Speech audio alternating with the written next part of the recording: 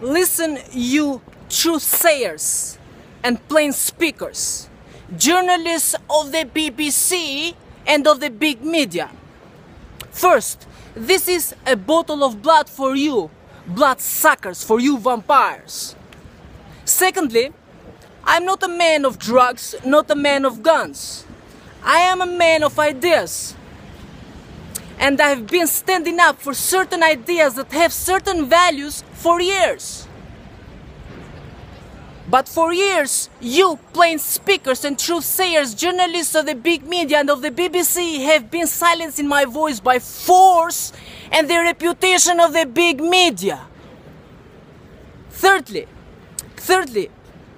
I want to explain these ideas in short. These ideas that have certain values are like thug life is not art, like prostitution is not feminism, like war is not peace, or like oppression of ideas is not freedom, and more and more.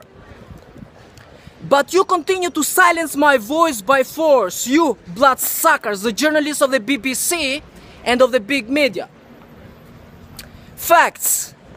The security of the ABC, the security of the New York Times, the security of the Fox TV in New York City punched and kicked me just because I was protesting peacefully for these certain ideas that have certain values. But still, you never said a thing. How do you silence my voice? You have very, very subtle operations.